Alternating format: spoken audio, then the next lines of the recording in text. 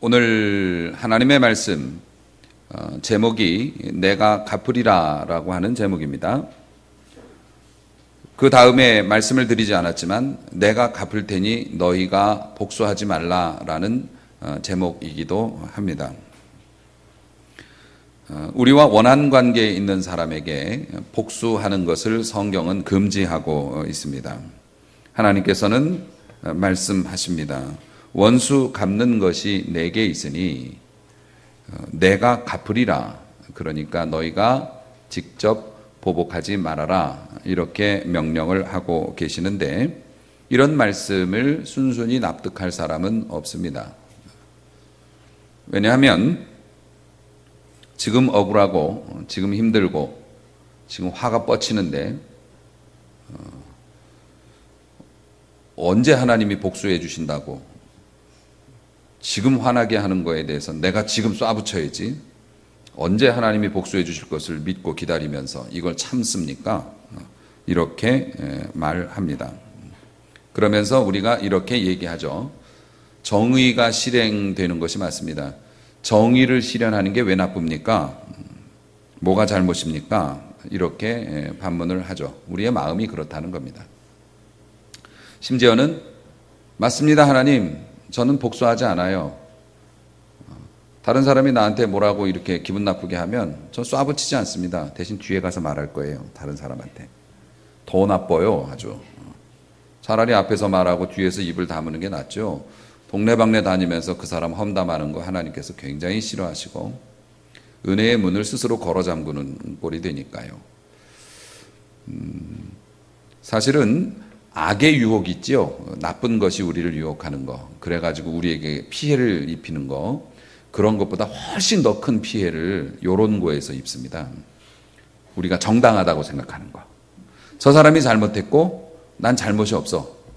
그런데 그 사람이 잘못한 것에 대해서 내가 성경적이지 않은 반응을 함으로 2차 피해를 내가 입는 거예요. 내가 정당하다고 생각할 때 그 사람을 심판해야 되겠다고 하는, 정의를 구현해야 되겠다고 하는 그런 마음이 생기는데요. 그런 마음이 브레이크가 잘 안 잡혀서 결국에는 문제를 일으키게 되기 때문에 하나님께서는 불완전한 너희가 직접 복수를 하려다가는 2차, 3차의 피해를 만들 수 있으니 복수는 내가 해줄 테니 너희는 최대한 사랑으로 인내하고 꾹 참고 내가 그 상황을 만들어줄 때까지 기다려라 라고 하는 그 음성을 주시는데 사실은 그게 어렵죠. 제가 주중에 영화를 한 편 어떻게 보게 됐습니다. 보게 됐는데 그 내용이 이겁니다. 주인공이 사람을 죽이는 직업을 가진 킬러예요. 그런데 그에게 사랑하는 아내가 있었습니다. 사랑하는 아내가 있었는데 그 아내가 불치의 병이 걸려가지고 이제 죽게 되었어요. 다른 사람 죽일 때는 눈 하나 깜짝 안 하고 막 죽이던 사람이 자기 아내가 죽으니까 아주 그냥 정신을 못 차려요. 그냥 뭐 슬퍼하고 막 인생의 의미를 잃어버리고 막 어쩔 줄을 몰라요. 그런데 그렇게 슬퍼하고 있는데 배달 상품이 왔어요, 집에. 택배는 눈물을 그치게 해요. 그래서 그럼요, 뭔가 뜯어봐야 되니까. 뜯어봤더니 강아지가 한 마리 배달이 됐는데 아내가 죽기 직전에 편지를 썼어요. 그래서 내가 죽으면 당신 너무 슬퍼하니까 이 강아지하고 정붙이고 좀 외로움을 극복해 보길 바래요 하고 아내가 친필로 쓰고 내가 죽으면 배달해 달라고 하고 이제 그렇게 된 거죠. 그걸 받아보고 막 오열을 합니다. 주인공이 오열을 하면서 그 강아지에게 마음을 주고 그래서 이 사람은 이제 킬러 직업도 은퇴하고 강아지랑 그냥 그러고 지내고 자기가 아끼는 자동차가 있는데 어느 날 나쁜 악당 녀석이 와가지고 그 자동차를 강제로 뺏어가고 그리고 강아지를 짖는다고 때려서 죽입니다. 그래가지고 그 자기 자동차하고 강아지 때문에 복수하는 내용인데요. 그게 그 사람이 총을 들고 가가지고서 한 100명은 죽이는 것 같아요. 그 영화가. 영화의 내용이 계속 사람 죽이는 내용인데 한 100명은 죽이는 것 같아요. 제가 봤을 때. 그냥 눈에 보이는 건 다 죽여요. 그리고 훔쳐간 사람도 죽이고 그 사람의 아버지도 죽이고 다 죽였어요. 근데 우리는 그런 영화를 보고 막 열광합니다. 막. 그래가지고 지금 3편까지 나왔어요. 그게. 내일 모레 그 3편 개봉합니다. 우리가 왜 그런 영화를 보고 열광을 할까요? 인간의 잔혹성, 우리 안에 내재되어 있는 감정을 대변해 줬기 때문에 그래요. 내가 그럴 능력은 안 되지만 할 수만 있으면 저렇게 하면 좋겠다. 그래서 하나님께서는 이런 인간의 죄악성 때문에 동해보복법이라는 법을, 율법을 주셨어요. 이렇게 말하면 어렵지만 눈에는 눈, 이에는 이라고 말하면 편하시겠죠. 옛날에도 한 사람이 내가 죽었는데, 우리 쪽 한 사람이 죽었는데 복수한다고 그쪽 마을의 남자를 다 죽여버려요. 그런 일들이 있었어요. 그러니까 하나님께서 이 잔인한 놈들아, 한 사람이 죽었으면 한 사람의 목숨으로 하고 일을 부러뜨렸으면 일을 부러뜨려야지 그 이상 복수하지 말라. 그럼 그 주인공은 어떻게 해야 돼요? 자동차하고 강아지 이상 하면 안 돼. 그런데 그냥 다 죽여요. 그냥 걸리적거리는 것. 그러니까 하나님께서 우리 인간들의 마음을 너무 잘 알고 계셨던 거죠. 그래서 눈에는 눈, 이에는 이라는 게 무서운 명령이 아니라 사실은 인간의 잔혹성을 누르기 위한 하나님의 명령이셨던 거죠. 뭐 우리는 그렇게까지는 안 하지만 하나님께서는 우리에게 이렇게 말씀하세요. 그러니까 우리는 그런 생각을 하고 산단 말입니다. 정말 총만 있으면 막 이런 생각을 하고 사는 거예요. 안 되니까 그냥 말로라도 복수를 하려고 그렇게 하는 건데, 하나님은 분명하게 말씀하시는 겁니다. 네가 직접 그에게 처벌을 내려서는 안 된다. 개인적인 보복을 하지 말라.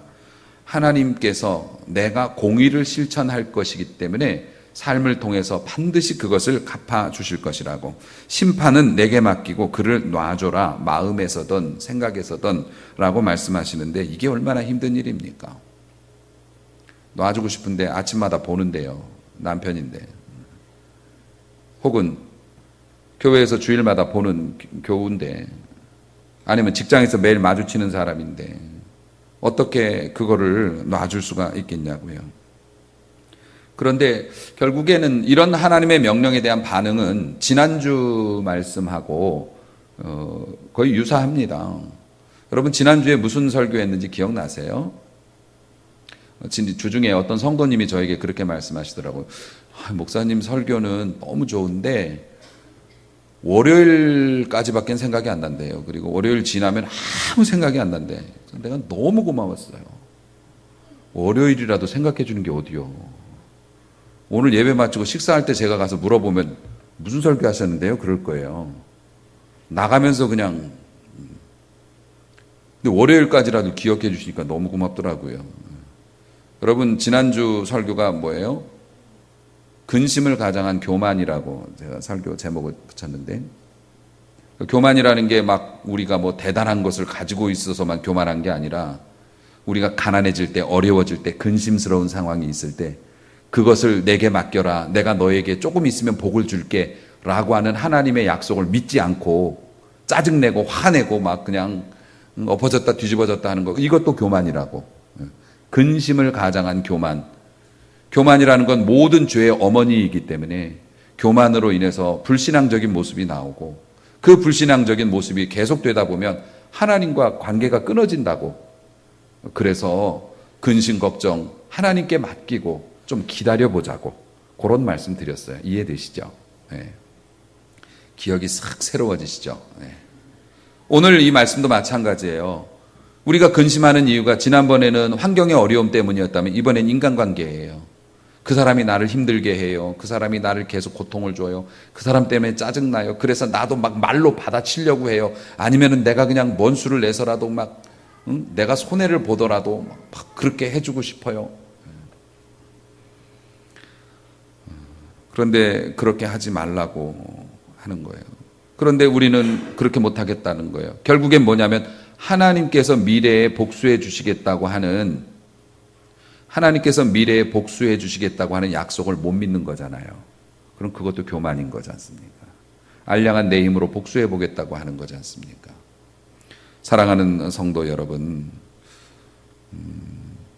분노에 쌓여있고 상한 감정을 가진 우리들에게 오늘 하나님께서는 또 물어보시는 거예요. 너는 나의 약속을 믿는가?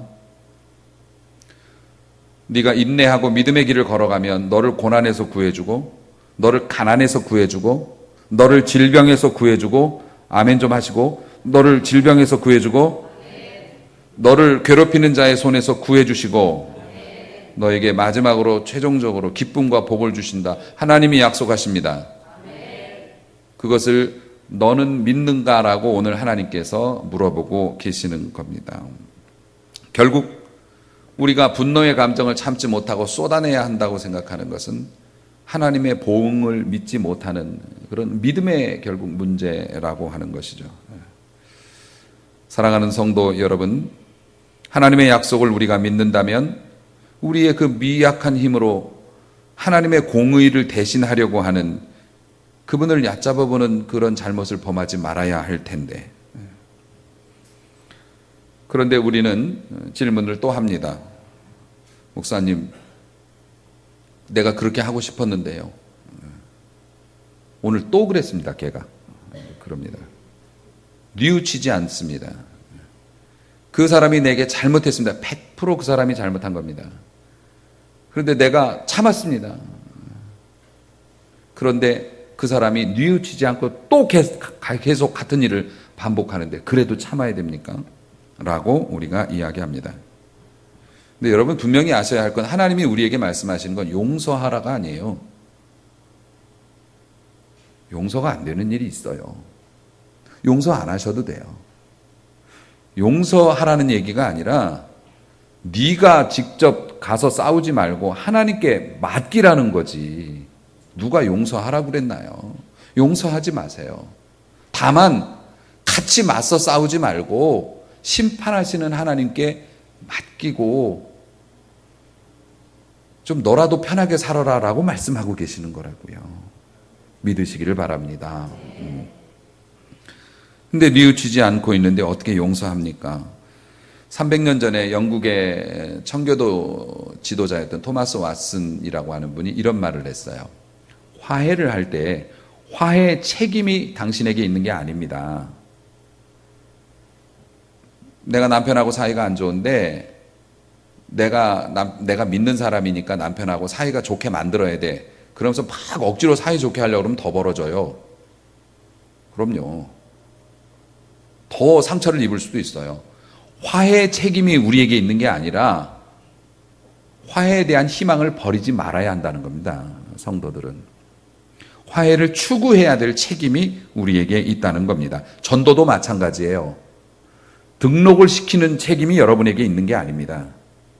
오든지 안 오든지 끝까지 전해야 될 책임은 우리에게 있는 것처럼 나하고 사이가 안 좋은 사람의 문제도 그 사람이 회개를 하지 않다고 해도 화해를 이루어야 할 의무가 우리에게 있는 건 아니지만 화해를 추구해야 될 의무는 우리에게 있다는 겁니다. 평화를 추구해야 될 의무는.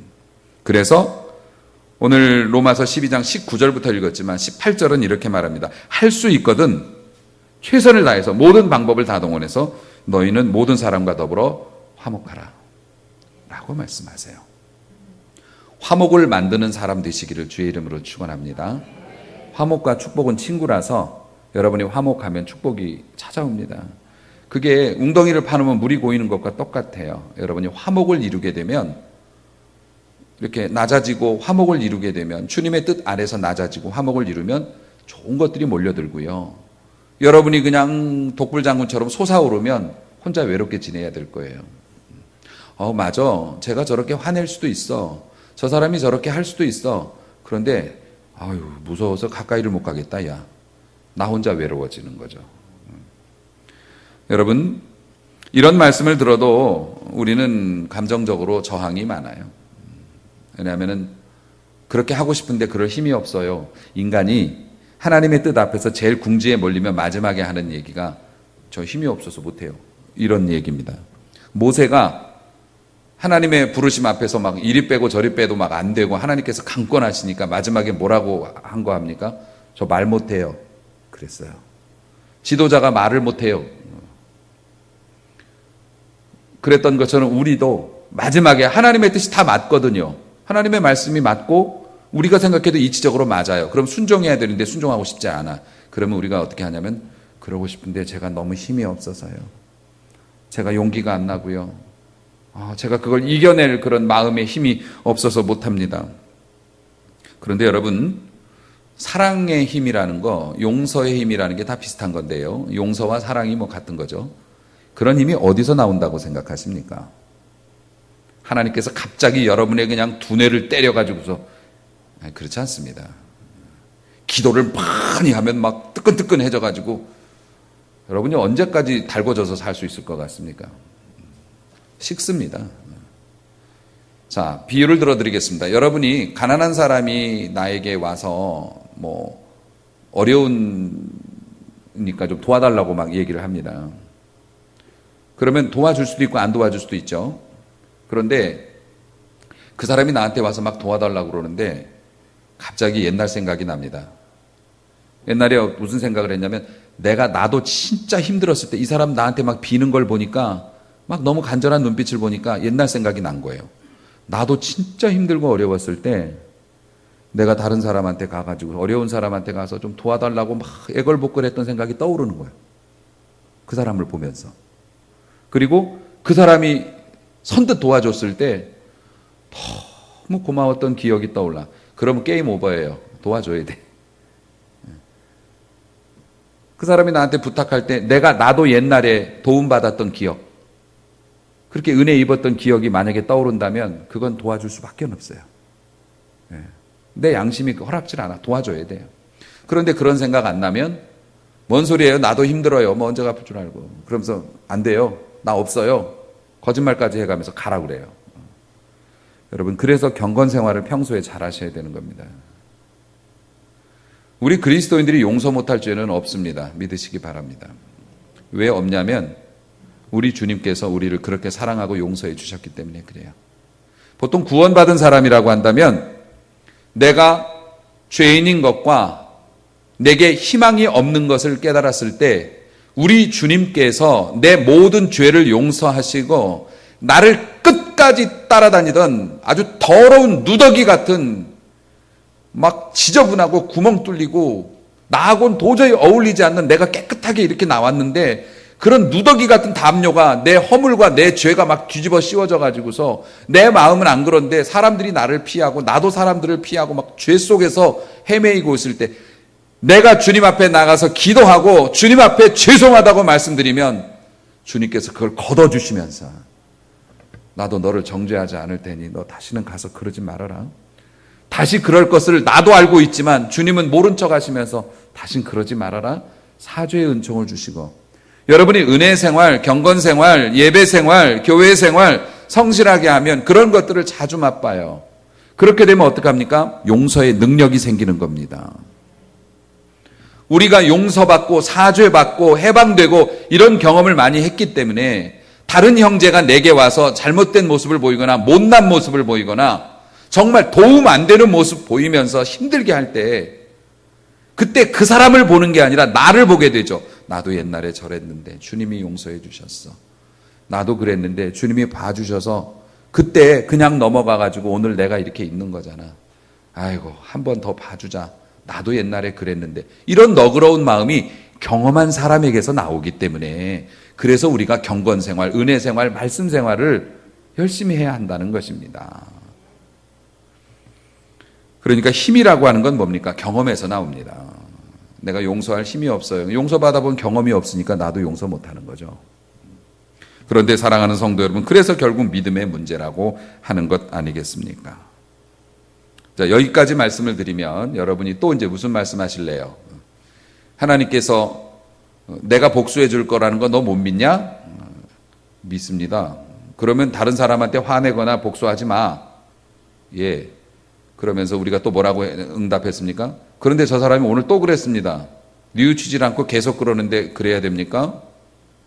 내가 너희를 도와줄 거고 뉘우치지 않아도 네가 화해를 하라는 게 아니라 화해를 추구해야 될 의무는 있는 거니까 그래도 네가 해야 돼. 그런데 힘이 없습니다. 내가 너를 구원해 줬잖아. 네가 나한테 용서받은 거 있잖아. 그 경험을 생각해봐. 이 정도 되면은 납득이 될 만한데 우리는 또 이 얘기합니다. 그렇게 큰 원한이 없는데요, 저는. 부모를 죽였거나 여러분을 막 폭삭 망하게 사기를 쳤거나 만약에 저희는 그렇게 그렇게 원한 관계가 없는데, 만약에 그런 일이 여러분에게 생기면 제가 가죽장갑 끼고 여러분의 집에 찾아가서 그놈 잡으러 가자고 그럴지도 몰라요. 만약에 여러분에게 그런 피해를 준 사람이 있으면 저랑 같이 가서 그 사람 잡아야 돼.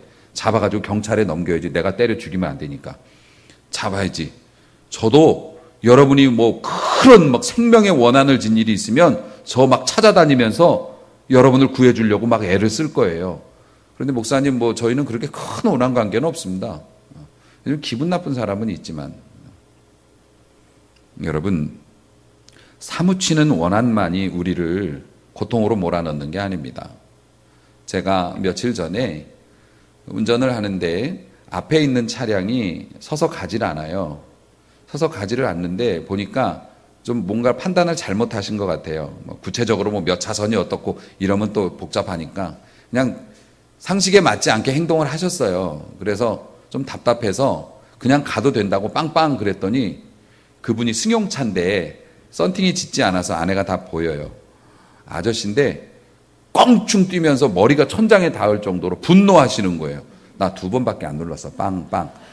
크락숑도 희노애락이 있잖아요. 빵 이런 게 있고 뺑 이런 게 있고 그냥 빵빵 정중하게 가시는 게 좋겠습니다 그랬는데 승용차가 들썩거릴 정도로 안에서 막 이러는 거예요. 그러더니 막 삿대질을 하고 차 문을 열고 막 내려요. 그런데 내 얼굴 보고 다시 타더라고. 저는 앉아있으면 무섭거든요. 쓰면 작아가지고 좀 그런데, 그걸 보면서 참 안타깝다. 마치 스프링이 눌려있다가 뭔가에 의해서 풀리면 팅 하고 튀는 것처럼 완전히 준비된 사람이에요. 화내려고. 그게 그렇게 화가 날 일인가? 그렇게 억울할 일인가? 그게 차에서 내릴 일인가? 막 어쩔 줄을 몰라요. 빵빵 이랬다고. 여러분, 사실 우리는 그렇지 않는가요? 우리가 만성적으로 분노하고 있지는 않은가요? 어떤 사람이 나에게 뭔가 이렇게 좀 흠을 주거나 또 상처를 주거나 그러면 화내고 싶었는데 잘 됐다. 이래가지고서 쏟아내고 있지는 않는가요? 혹은 우리를 괴롭히는 그런 원한 관계나 쓴뿌리는 없어도 나 자신에 대해서 분노해가지고 내가 하는 일이 맨날 그렇지 나 같은 놈이 그렇지 이러면서 자기에 대해서 좌절하고 포기하고 타인에 대해서 분노가 폭발하고 그렇지는 않나요? 아이들에 대해서, 배우자에 대해서, 교회에 대해서, 회사 사장에 대해서 내가 참을 수 없는 이유를 막 만들어 되뇌이면서 막 속상해하고 계시지는 않는가요? 내가 참을 수 없는 이유를 계속 떠올리고 있지는 않나요? 그렇기 때문에 우리는 절박하게 용서에 관해서 하나님께서 우리에게 힘을 주시길 위해서 기도해야 합니다. 행복하지 않잖아요. 행복하지 않잖아요. 그 영화의 주인공처럼 다 죽여버릴 수는 없는 거 아니에요. 행복하지 않잖아요. 그 사람은 아무것도 모르고 발 뻗고 자는데 나 혼자만 꿍꿍대고 있잖아. 두고 보자고요. 뭘 두고 봐요? 왜 그걸 두고 봐요? 그냥 내 길 걸어가지. 왜 남이 잘 되나 못 되나 왜 지켜보고 있어요? 내 걸음 안 가고. 왜 지켜보고 있냐고요.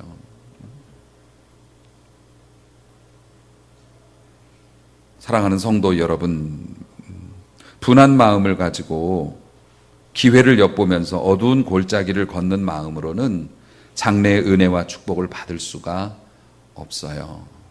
좁아진 마음으로는 하나님의 축복이 삼켜지질 않아요. 우리 그런 아픔이 있잖아요. 식도 같은 게 이렇게 좁아지는 그런 병도 있어요. 그러면 음식을 못 넘겨요. 식욕도 있어요. 배도 고프고 음식의 맛도 느껴요. 그런데 넘기질 못해요. 얼마나 고통스러운 일입니까?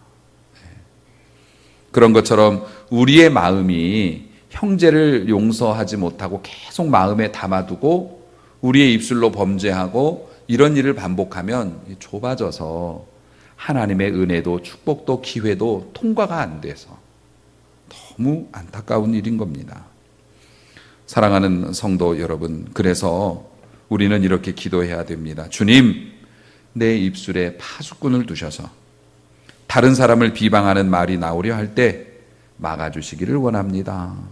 여러분이 그렇게 기도함이 마땅하다고 생각을 합니다. 그리고 여러분의 마음에 걸림돌이 되는, 여러분을 힘들게 하거나 여러분이 사랑할 수 없는 사람이 있다면 한 번 더 오늘 말씀 듣고 기도해 보세요. 필요해서 주시는 말씀이니까 여러분이 기도하면 여러분에게 그냥 용서해 임마 이렇게 말씀하시는 게 아니라 여러분을 사랑해 주셨던 따뜻한 기억을 여러분의 마음에 주시고 여러분의 마음을 누그러뜨려 주실 줄로 믿습니다. 조각가가 정을 가지고 대리석을 다듬고 있어요. 한 절반이나 깎았나? 아직 이제 뭐 어수선하죠. 그런데 어떤 사람이 와가지고 이걸 이따위로 만들었냐고, 이쁘지 않잖냐고 그렇게 말하면 그건 잘못된 말이잖아요. 다 만들어 놓은 다음에 얘기를 해야지. 내 남편도 내 자식도 내 직장 상사도 나도 하나님께서 다듬고 계시는 중이라. 어떻게 다듬으실지는 모르잖아요. 정말 대가들은 작품을 만들다가 실수가 나오거나 뭐 하나님은 실수하지 않으시지만 뭐 귀퉁이가 떨어져 나가 그러면 어떡합니까? 그걸 이용해서 더 멋진 작품으로도 만드시잖아요. 하나님께서 만들어가고 계시고 나도 그렇고 그 사람도 그렇고 만들어지는 중이라고 생각을 하고 우리가 화평을 이루기 위해서 노력을 해야 할 것입니다. 우리 주님께서 말씀하셨습니다. 화평케 하는 자들은 복이 있는데 그 복이 뭐냐면 하나님의 아들이라 일컬음을 받을 것이라고, 구원의 기쁨을 누릴 것이라고 말씀하세요. 사랑하는 성도 여러분, 무슨 일이 벌어지면 상대방을 비방하거나 모함하거나 우리가 그동안 가까운 언어적인 스킬과 세상적인 처신을 이용해서 표시 안 나게 교묘하게 뒤에서 매기고, 여러분 이제 그런 것들을 내려놓고, 이건 성경이 가르치는 그리스도인의 참된 모습이 아니기 때문에 감정으로 대립하는 것이 아니라 오늘의 말씀처럼 선으로 악을 이겨나가는 은혜가 있기를 소망합니다. 악을 도모하는 자는 그릇 가는 것이고 선을 도모하는 자에게는 인자와 진리가 있느니라. 아멘. 인자는 하나님께서 우리 편 들어주시고 불쌍히 봐주시고 그냥 이렇게 챙겨주신다는 게 인자고요. 진리는 여러분 아시죠? 하나님께서 미래에 내일 그리고 다음 달 뭐 내년 여러분에게 필요한 축복을 다 심어 놓았다는 거 아시죠? 믿어야 할 것입니다. 하나님은 여러분 평생에 여러분에게 꼭 필요하고 여러분이 정말 활짝 웃을 수 있는 축복을 이미 심어 놓으신 줄로 믿으시기 바랍니다. 그런데 그걸 받는 사람이 있고 못 받는 사람이 있어요. 받는 사람은 하나님이 원하시는 길로 걸어가는 사람이 그 길에 심겨져 있으니까 찾을 거고, 당연히 가다가 보물 있는데 안 주서요? 줬죠. 하나님이 원하시는 방식의 삶을 살아가고 그 뜻을 따르는 자는 하나님이 꼼꼼하게 심어 놓으신 축복을 다 뽑으면서 갈 수 있고, 아멘. 내 맘대로 성질내고 내 맘대로 방법 쓰고 내 맘대로 움직이고 이렇게 가는 사람은 그냥 내 노력대로 피 터지게 싸우면서 그냥 지지고 볶다가 그냥 하루가 어떻게 지나가는지도 모르고 원한과 분노 때문에 그냥 스트레스 받고 약 먹고 이러다가 인생 끝나는 겁니다. 하나님은 이미 우리에게 주실 축복 예비해 놓으셨다니까. 그래서 화평을 이루는 자는 어떻게 된다고요? 인자와 진리가 있다. 선을 도모하는 자는, 진리라는 게 뭐냐면 하나님의 뜻이 무엇인지를 아는 길이 보이는 역사예요. 진리를 알게 되면 하나님이 원하시는 길로 걸어갈 수 있고 그 길에는 축복이 있다는 것을 믿어야 할 것입니다. 사랑하는 성도 여러분, 우리 모두 하나님께 모든 것을 맡기고 의지하면서 특별히 우리가 사람과의 관계에 있어서 잘했다라고 칭찬받는 성도다운 삶을 사시고 여러분 행복해지시기를 주님의 이름으로 축원합니다.